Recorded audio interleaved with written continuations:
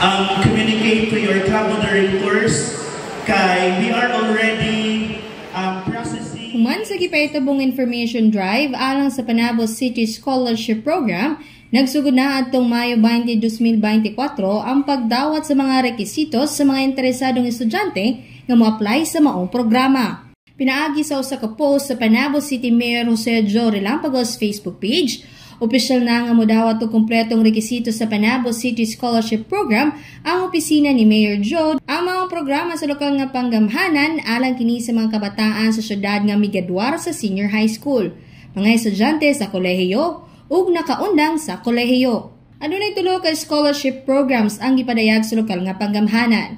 Una, ang Scholar ng Lungsod.